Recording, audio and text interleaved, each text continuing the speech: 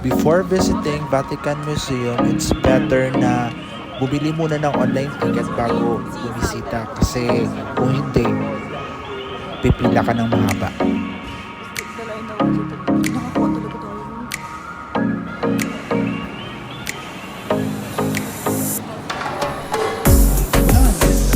Sa pagpasok naman, need natin ipa-exchange dito sa mga kiosk na to yung online ticket na nabigat natin.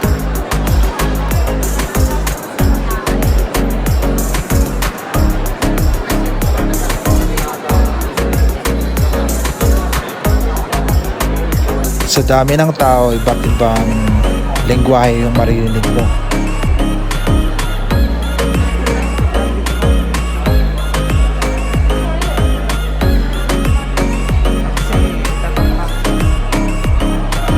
Tapos dyan mo naman itatap yung card na pinapalitan nilagyan mo sa kiosk.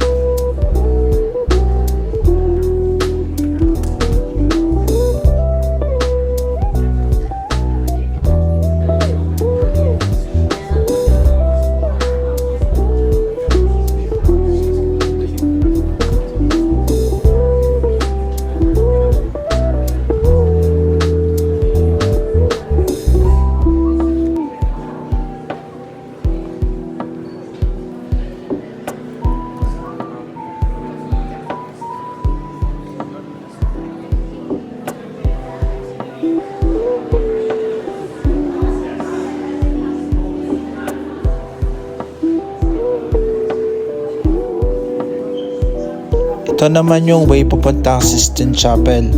Dito mo makikita yung painting na ginawa ni Michelangelo na The Last Judgment. Kaso yung problema, di pwede yung video dito. Kaya ito na lang yung mga pictures na makikita mo doon mismo sa Sistine Chapel.